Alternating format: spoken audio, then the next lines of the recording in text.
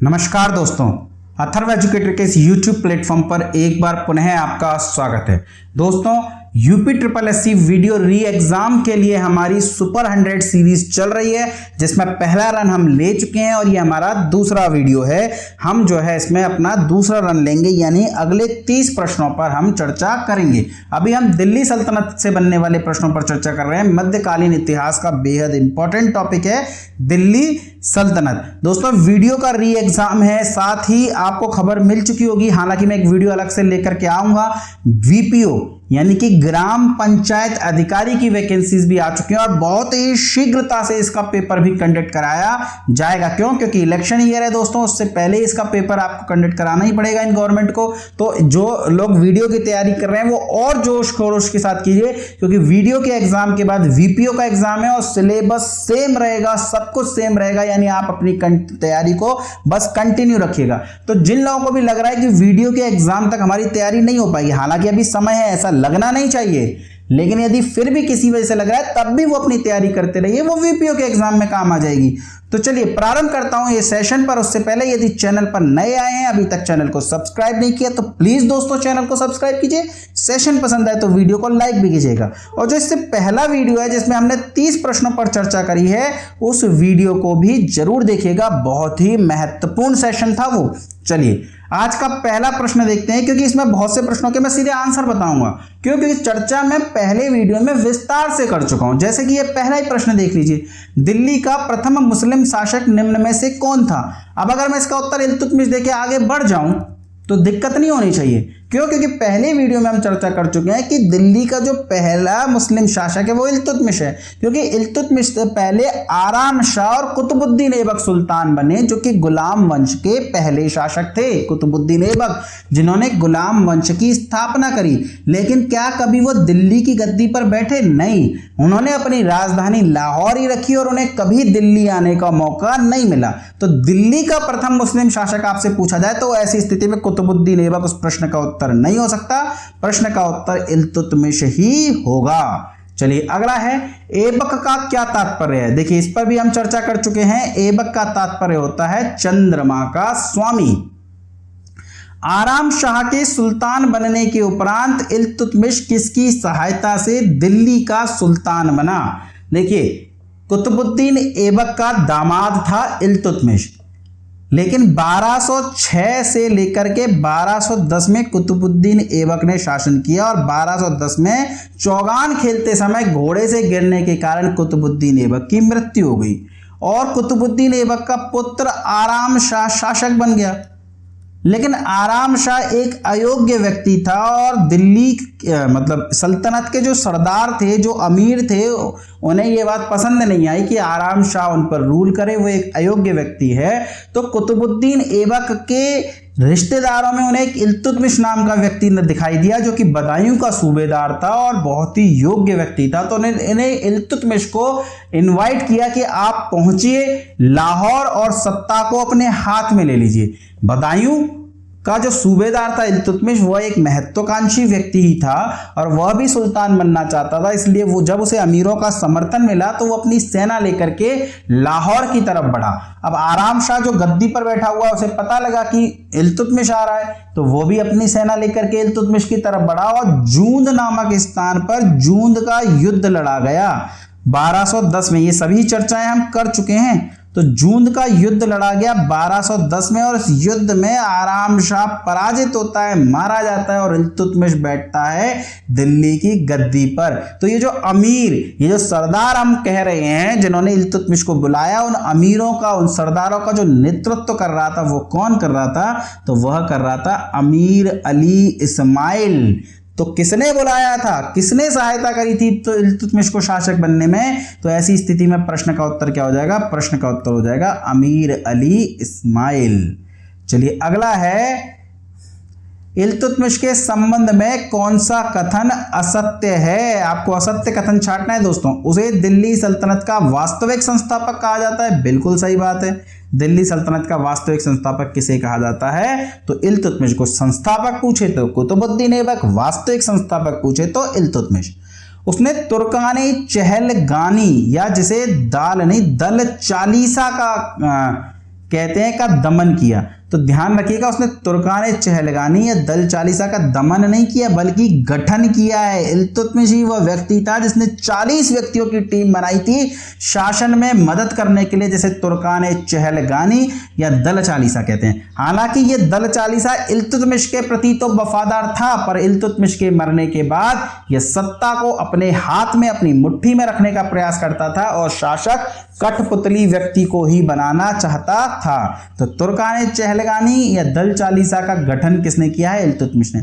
दमन तो करेगा जब एक योग्य व्यक्ति गद्दी पर बैठेगा जिसका नाम है बलबन। वह बलबन इस दल चालीसा का दमन करेगा। इल्तुतमिश ने तो इसका गठन किया है, तो सत्य कथन कौन सा हो जाएगा? बी।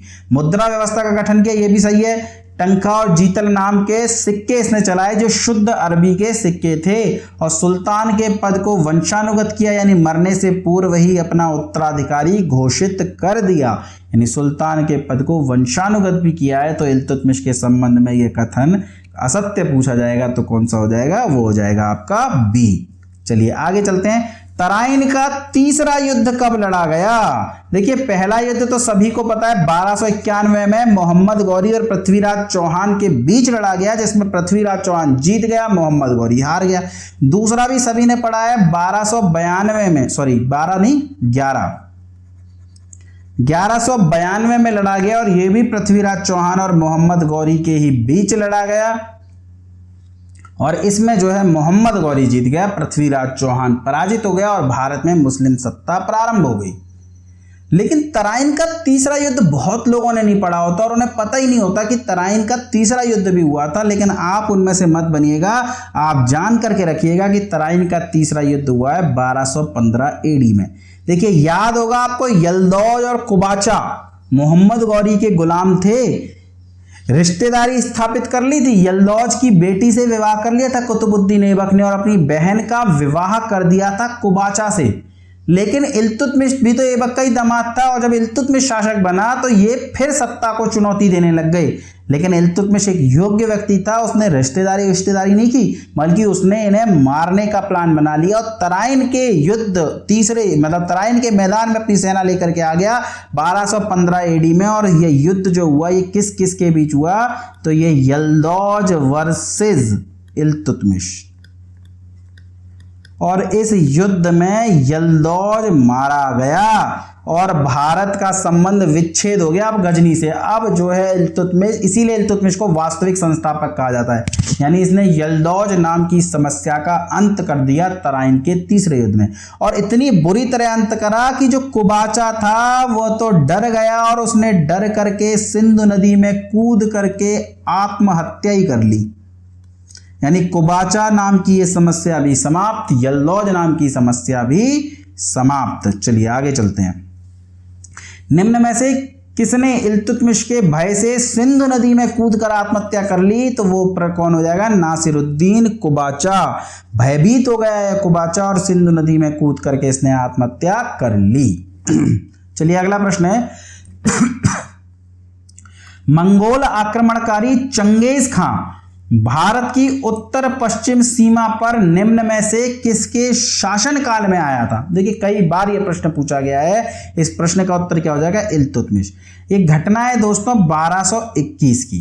1221 में एक मध्य एशिया में एक जगह है खीवा, या इसे हम ख्वारिज्म भी कहते हैं। ध्यान रखिएगा, ये वही स्थान है जहां अल बरूनी का भी जन्म हुआ था 977 ईस्वी में, और अल बरूनी महमूद गजनबी के साथ भारत आया था। तो यही खीवा और ख्वारिज्म का जो शासक था वो था मंगबरनी। कब? 1221 में। और इस मंगबरनी का सामना हुआ मंगोल नेता चंगेज खां से, और खीवा पर कब्जा कर लिया चंगेज खां ने, और ये मंगबरनी अपने प्राण बचाकर इधर से उधर भागता रहा, और भागते भागते ये भारत पहुंचा, और भारत में इसने इल्तुतमिश से शरण मांगी, लेकिन इल्तुतमिश ने इसे शरण नहीं दी। कौन लड़ेगा भैया चंगेज खां से? पता लगा अभी अभी तो राजा बने हैं कुछ समय पहले, 11-12 वर्ष हुए हैं, और चंगेज खां आक्रमण करके राजा इनको मार मूर दे और इनकी जो है सत्ता यहीं समाप्त हो जाए। तो इन्होंने क्या है, मंगबरनी को शरण नहीं दी। तो चंगेज खां जो भारत की सीमा पर अपनी सेना लेकर के आ गया था, लेकिन उसे जब पता लगा कि इल्तुतमिश तो जो है शरण दे ही नहीं रहा मंगबरनी को, और मंगबरनी भारत में मारा मारा घूम रहा है, और उसने तो घोषणा कर रखी है कि जैसे ही मंगबरनी हमें पकड़ में आएगा हम चंगेज खां को सौंप देंगे, तो क्यों भारत पर आक्रमण किया जाए, भारत से तो कोई शत्रुता ही नहीं है। तो चंगेज खां ने मंगोल आक्रमण नहीं करा भारत के ऊपर, यानी मंगोल आक्रमण से रक्षा कर ली इल्तुतमिश ने। हालांकि चंगेज खां के मरने के बाद मंगोलों ने भारत पर कई बार आक्रमण किए, लेकिन चंगेज खां ने कभी आक्रमण नहीं करा। भारत के सीमा तक अपनी सेना लेकर के तो आया, पर आक्रमण नहीं करा। और वह सेना लेकर के किसके काल में आया, तो वह इल्तुतमिश के काल में आया। मुझे उम्मीद है आपको ये सारी घटना समझ में आ गई होगी। चलिए हम आगे चलते हैं। सियासतनामा निम्न में से किसकी कृति है? इसामी की, अलबरूनी की, बदायूनी की, या निजामुल मुल्क अबू अली की? तो सियासतनामा जो पुस्तक है दोस्तों वो है निजामुल मुल्क अबू अली की। अभी तक मैंने आपको 3 पुस्तकें बता दी हैं, एक हसन निजामी की ताजुल मासिर, एक मिनहाजुस सिराज की तबकाते नासिरी, और तीसरी पुस्तक है निजामुल मुल्क अबू अली की सियासतनामा। ये बहुत ही महत्वपूर्ण पुस्तक है दोस्तों, क्योंकि यही वो पुस्तक है जिससे हमें भारत में एकता व्यवस्था की जानकारी मिलती है, यानी एकता व्यवस्था की जानकारी देने वाली पुस्तक है सियासतनामा। हालांकि भारत में पहला एकता मोहम्मद गौरी ने दिया था, कुतुबुद्दीन ऐबक को हांसी का इख्तियार बनाया था, पिछले वीडियो में हमने चर्चा करी थी, लेकिन एकता व्यवस्था को सुदृढ़ किया था इल्तुतमिश ने, इसलिए एकता व्यवस्था का प्रारंभकर्ता भी इल्तुतमिश को ही माना जाता है। क्या है ये एकता? तो एकता एक अरबी भाषा का शब्द है जिसका अर्थ होता है भूमि का टुकड़ा, भूमि का टुकड़ा। अब ये एकता क्यों दिया जाता था? क्योंकि वेतन न देना पड़े अधिकारियों को, तो वेतन के बदले, यानी वेतन न देकर के कैश में, वेतन के बदले अधिकारियों को एक क्षेत्र दिया जाता था, यानी अधिकारियों को दिया जाने वाला क्षेत्र, अधिकारियों को दिया जाने वाला क्षेत्र। तो अधिकारियों को एक क्षेत्र दे दिया जाता था और उनसे कहा जाता था कि वेतन तो हम नहीं देंगे, इससे जो राजस्व मिलता है वो राजस्व आप रख लो। तो ये पूरी व्यवस्था एकता व्यवस्था होती थी। ध्यान रखिएगा, एकता केवल राजस्व कलेक्ट करने के लिए होता था, एकता पर कोई शासन नहीं होता था इक्तेदार का। सूबेदार की तरह इक्तेदार का शासन नहीं होता था। जो मुगल काल में जो सूबेदार आएंगे, तो सूबेदार और इक्तेदार में यही डिफरेंस है। सूबेदार रूल करते थे वहां पर, जैसे गवर्नर करता है स्टेट का, सीएम करते हैं आज स्टेट में, लेकिन इक्तेदार केवल भू राजस्व वसूलता था उस जगह का, और कोई उससे इस्तेमाल, वो उस पर जो है उसका कोई न्यायिक या प्रशासनिक अधिकार नहीं हुआ करता था। तो जो इक्ता का अधिकारी होता था उसे वली कह देते थे, इसके अलावा उसे मुक्ति भी कहते थे और इक्तेदार भी कहते थे। यानी इक्ता के अधिकारी यदि आपसे पूछ ले क्या कहलाते थे, तो आप देख लीजिएगा आपको ऑप्शन में क्या मिल रहा है। इक्तेदार तो नहीं मिलेगा, ये तो मैं भी जानता हूं, या तो आपको वली मिल जाएगा ऑप्शन में या मुक्ति मिल जाएगा। तो इक्ता के जो अधिकारी थे वे वली या मुक्ति कहलाते थे। चलिए आगे चलते हैं। इक्ता निम्न में से किस भाषा का शब्द है? तो इक्ता जो है अरबी भाषा का शब्द है। चलिए, इल्तुतमिश के काल में निम्न में से किसने विद्रोह किया था? देखिए, दिल्ली सल्तनत में 5 से 6 विद्रोह हैं जो आपको पढ़ने पड़ेंगे, जिसमें से जो पहला विद्रोह हमारे लिए इंपॉर्टेंट होता है वो है गयासुद्दीन आजम खिलजी का विद्रोह। बंगाल में गयासुद्दीन आजम खिलजी ने 1225 में इल्तुतमिश के विरुद्ध विद्रोह कर दिया, जिसे इल्तुतमिश ने दबा भी दिया। यानी गयासुद्दीन आजम खिलजी के विद्रोह का दमन इल्तुतमिश ने कर दिया। लेकिन इल्तुतमिश के काल में हुआ था गयासुद्दीन आजम खिलजी का विद्रोह, और कब हुआ था यदि आपसे वर्ष पूछ ले तो 1225 में हुआ था। चलिए अगला है, निम्न में से दिल्ली सल्तनत के किस सुल्तान को मकबरे के जनक के रूप में जाना जाता है? सिकंदर लोदी, जलालुद्दीन खिलजी, कुतुबुद्दीन ऐबक या इल्तुतमिश? देखिए, यहां तो ये प्रश्न आपको बहुत आसान लगेगा क्योंकि लाइन से चल रहा है, आपको पता है इल्तुतमिश चल रहा है तो इल्तुतमिश कर दो। लेकिन एग्जाम में तो ऐसा नहीं होता ना दोस्तों, तो ध्यान रखिएगा। यहां मैं आपका कोई टेस्ट नहीं ले रहा हूं, यहां भी आपको मैं क्वेश्चन बता रहा हूं ज्यादा से ज्यादा, ताकि आप पढ़ सकें। थ्योरी पढ़ने का भी आपके पास टाइम नहीं है, तो प्रश्नों के माध्यम से आप प्रैक्टिस कर सकें। बाद में टेस्ट सीरीज में जब मिक्स करेंगे ना, तब देखेंगे आपको कितना आता है। तो अच्छे से पढ़िए अभी आप। निम्न में से दिल्ली सल्तनत के किस सुल्तान को मकबरे के जनक के रूप में जाना जाता है? तो इल्तुतमिश को जाना जाता है। क्यों जाना जाता है? अगर मैं आपसे पूछ लूं भारत का पहला मकबरा कौन सा था, तब क्या होगा? नहीं, जिनको पता होगा तो बता देंगे, लेकिन बाकी क्या करेंगे? तो भारत का पहला मकबरा था सुल्तानगढ़ी का मकबरा। कहाँ स्थित है? तो दिल्ली में स्थित है। इस मकबरे का निर्माण किसने करवाया? तो इल्तुतमिश ने इसका निर्माण करवाया, इल्तुतमिश द्वारा निर्मित। ये मकबरा है किसका? क्या इल्तुतमिश का खुद का मकबरा है? क्योंकि सुल्तान जीवन काल में सुल्तान और बादशाहों ने अपने मकबरे बनाए हैं, तो क्या सुल्तानगढ़ी का मकबरा इल्तुतमिश का मकबरा है? नहीं, ये इल्तुतमिश का एक पुत्र था नासिरुद्दीन महमूद, जिसकी मृत्यु इल्तुतमिश के जीवन काल में ही हो गई थी। नासिरुद्दीन महमूद, देखिए नासिरुद्दीन महमूद नाम का एक राजा बनेगा बलबन से पहले, लंबे समय तक राजा रहा है, सुल्तान रहा है, लेकिन ये वो नासिरुद्दीन महमूद नहीं है।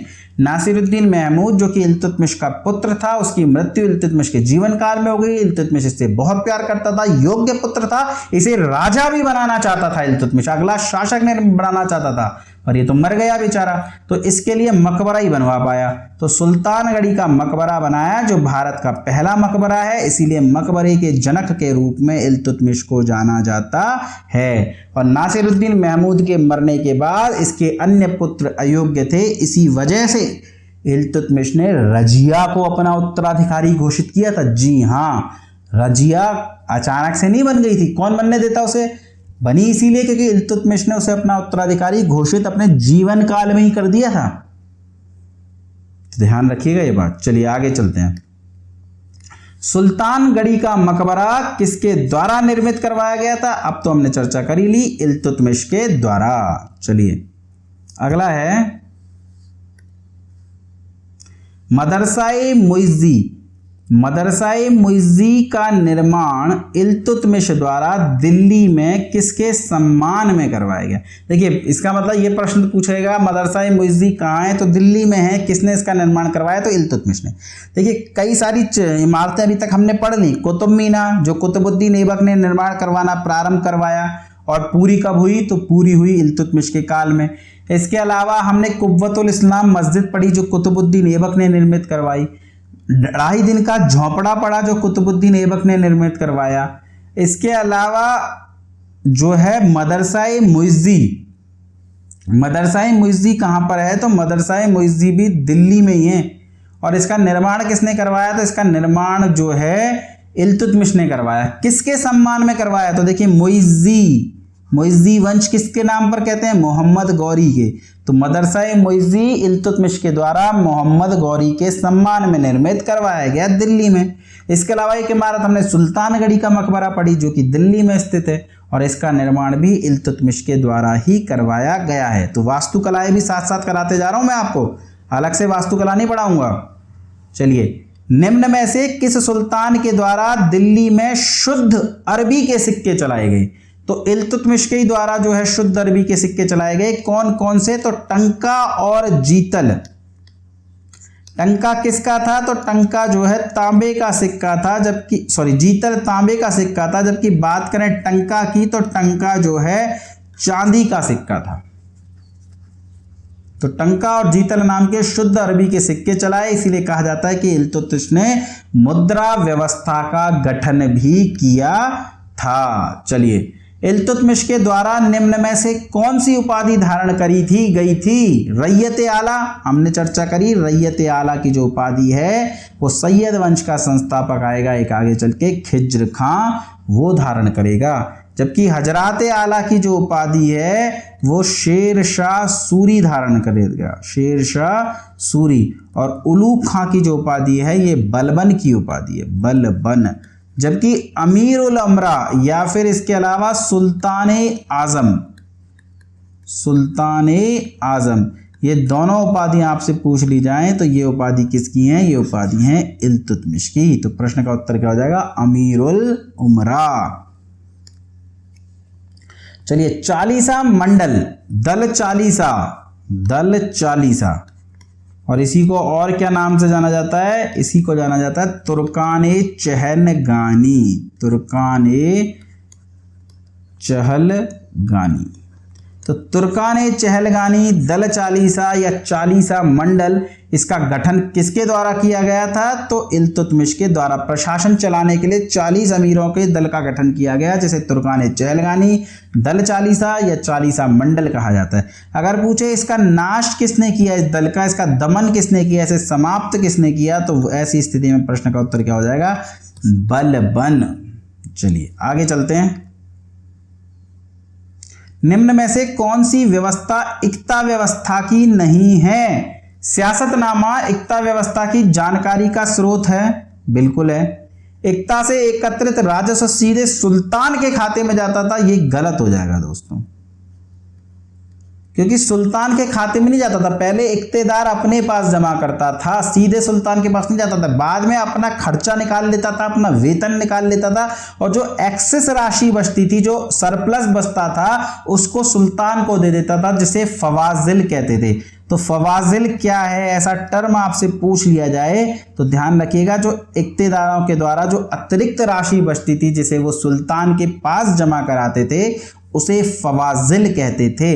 तो ये जो फवाजिल है, ये सीधे सुल्तान के खाते में नहीं जाती थी, ये पहले इक्तेदार के पास आती थी। मुक्ति कौन होता था? इक्ता का अधिकारी। इक्ता से एकत्रित राजस्व से सैनिक रखने पड़ते थे, ये तो रखने ही पड़ते थे ना दोस्तों। अपनी सेवा के बदले में ही तो इक्ता मिलता था उनको, सैन्य सेवा के बदले में, तो सैनिक तो रखेंगे ही ना। एकता एक राजस्व एकत्रित करने की व्यवस्था थी, चर्चा मैंने कर ली। यहाँ पर और कोई प्रशासनिक अधिकार क्षेत्र नहीं होता था, केवल राजस्व वसूलते थे वे। तो असत्य या एकता व्यवस्था की कौन सा सत्य नहीं है, तो ऐसी स्थिति में प्रश्न का उत्तर क्या हो जाएगा? बी। चलिए आगे चलते हैं। अरबी परंपरा के आधार पर भारत में नई मुद्रा व्यवस्था लागू करने का श्रेय निम्न में से किसको जाता है? इल्तुतमिश, टंका और जीतल नाम के शुद्ध अरबी के सिक्के चलाए गए किसके द्वारा? इल्तुतमिश के द्वारा। चलिए अगला कथन देखते हैं। चंगेज खां का मूल नाम क्या था? मंगोल आक्रमणकारी चंगेज खां, जो 1221 में मंगवर्णी के भारत में आने के बाद अपनी सेना लेकर के भारत की सीमा तक आ गया। हालांकि इल्तुतमिश की समझदारी के कारण चंगेज खां का आक्रमण भारत पर नहीं हुआ। तो चंगेज खां का मूल नाम अगर आपसे पूछ ले तो प्रश्न का उत्तर क्या हो जाएगा? तैमूचिन। चंगेज खां का बचपन का नाम, असली नाम क्या था? तैमूचिन। भैया चीन के आसपास क्षेत्र है मंगोलिया का, तो नाम भी ऐसा ही होगा ना। चलिए, दिल्ली का कौन सा सुल्तान मंगोल नेता चंगेज खान का समकालीन था? तो इल्तुतमिश, मंगवर्णी, चंगेज खान, इल्तुतमिश, सारी स्टोरी हमने अच्छे से पढ़ ली। निम्न में से कौन मध्यकालीन भारत की प्रथम महिला शासिका थी? बहुत बार पूछा गया प्रश्न है, आसान सा प्रश्न है, पर आज भी फेवरेट प्रश्न है। रजिया सुल्ताना, इल्तुतमिश की पुत्री, जो इल्तुतमिश के बाद भारत की शासिका बनी, प्रथम महिला शासिका थी। भारत की प्रथम मुस्लिम महिला शासिका कर सकते हो इसे, मुस्लिम महिला शासिका। ठीक है, तो प्रश्न का उत्तर क्या जाएगा? रजिया सुल्तान। चलिए अगला देखते हैं। निम्न में से कौन इल्तुतमिश के बाद गद्दी पर बैठा? देखिए, कुतुबुद्दीन ऐबक पहला राजा, उसके बाद गद्दी पर बैठा आराम शाह। आराम शाह को हटा करके इल्तुतमिश, और इल्तुतमिश के बाद उसका बेटा कह सकते हैं, उसके दासी पुत्र कह सकते हैं, रुकनुद्दीन फिरोज।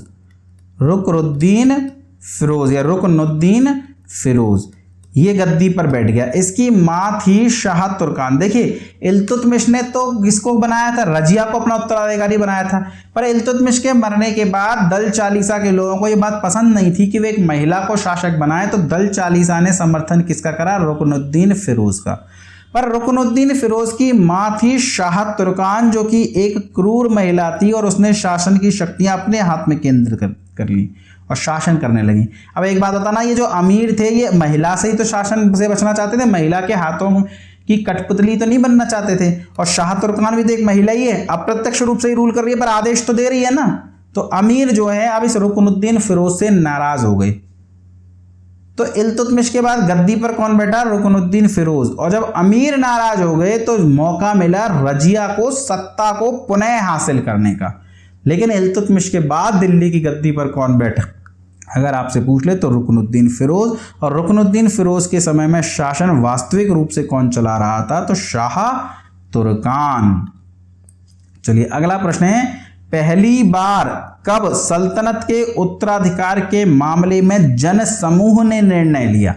तो देखिए इल्तुतमिश ने अपना उत्तराधिकारी घोषित करा है रजिया को, लेकिन अमीरों ने रुकनुद्दीन फिरोज को उत्तराधिकारी बना दिया। और जब रुकनुद्दीन फिरोज से भी अमीर नाराज हो गए तो रजिया को एक मौका मिला सुल्तान बनने का, सुल्ताना बनने का, शासिका बनने का, पर अमीर अभी भी उसे शासिका बनने नहीं देंगे, ये तो तय है।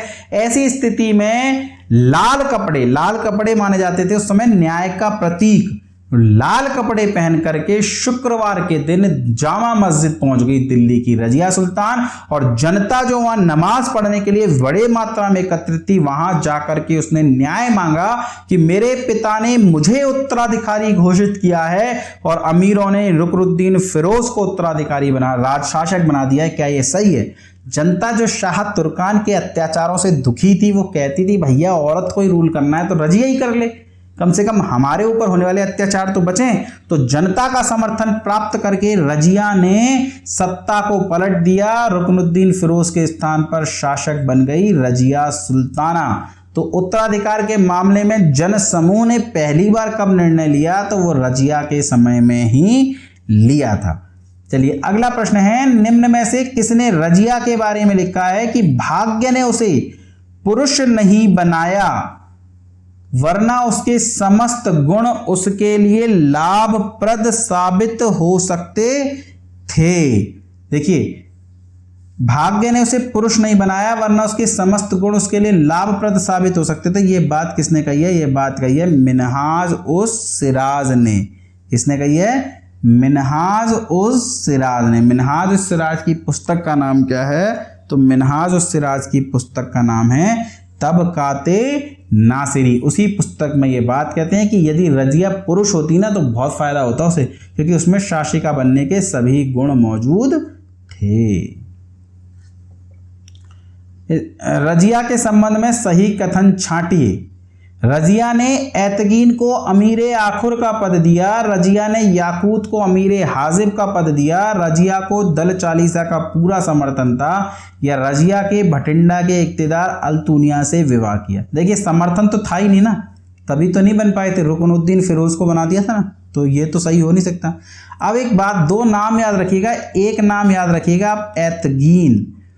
ऐतगीन को रजिया ने अमीर हाजिब बनाया था। अमीर हाजिब होता है दरबारी शिष्टाचार का अधिकारी। अमीर हाजिब आपसे पूछा जा सकता है अमीर हाजिब का तात्पर्य क्या है, तो अमीर हाजिब का तात्पर्य है दरबारी शिष्टाचार का अधिकारी। दरबारी शिष्टाचार संबंधित अधिकारी। ये इसने किसे बनाया? ऐतगीन को। ऐतगीन जो कि दल चालीसा का एक सदस्य था, जब इसे बना दिया इसने अमीर हाजिब तो कोई समस्या नहीं थी, बढ़िया बात थी, बना दिया तो। लेकिन इसने एक पद था अमीर आखुर। अमीर आखुर अबसीनिया का एक हबशी था याकूत। अमीर आखुर, इसने ये पद जो है याकूत को दे दिया। किसको दे दिया? याकूत को। अमीर आखुर क्या होता है? घुड़साल। देखो खुर किसके होते हैं? घोड़े के। तो घुड़शाला का अधिकारी। घोड़शाला का अधिकारी। अब एक चर्चा थी कि याकूत के प्रेम संबंध हैं रजिया के साथ में। अब ये बात अमीरों को पसंद नहीं आ रही है कि एक सुल्तान के ऐसे प्रेम संबंध हैं। एक तो स्त्री का सुल्तान होना उन्हें पसंद नहीं आ रहा, ऊपर से प्रेम संबंध है याकूत के साथ में। याकूत जो पूरे समय रजिया से रहता है, रजिया याकूत की सबसे ज्यादा बातें मानती है और उसे अमीर आखुर भी बना रही है, जो कि एक तुर्की है ही नहीं, अबसीनिया का एक हबशी है। तो घुड़साला का प्रमुख होता है अमीर आखुर, और ये पद किसको दे दिया? उसने याकूत को दे दिया, और यही रजिया के पतन का कारण बना। इस वजह से षड्यंत्र करने लग गए दल चालीसा के लोग, और इक्तेदार था भटिंडा का अल्तुनिया, और अल्तुनिया को उकसाया कि तुम रजिया के विरुद्ध विद्रोह कर दो, और रजिया इस विद्रोह को दबाने के लिए तुम्हारे पास आएगी और पीछे से हम सत्ता पलट देंगे। ऐसी स्थिति में भटिंडा के इक्तेदार अल्तुनिया ने विद्रोह कर दिया, और रजिया जब विद्रोह दबाने गई तो अल्तुनिया ने रजिया को बंदी भी बना लिया। लेकिन रजिया जो कि एक स्त्री थी, उसने अपने रूप का जादू फेंका और अल्तुनिया को प्रेम संबंधों में बांध लिया और अल्तुनिया से विवाह कर लिया, और दोनों सेना लेकर दिल्ली की ओर बढ़ चले। तो इसका मतलब ये कथन डी तो सही है। तो ये दोनों तो कथन गलत हो गए कि नहीं हो गए? क्यों? क्योंकि एतगीन को कौन सा पद दिया है? अमीर हाजिब, ना कि अमीर आखुर। जबकि याकूत को कौन सा पद दिया है? अमीर आखुर का। तो ये दोनों कथन भी गलत है, केवल डी ही सही है। चलिए आगे देखते हैं।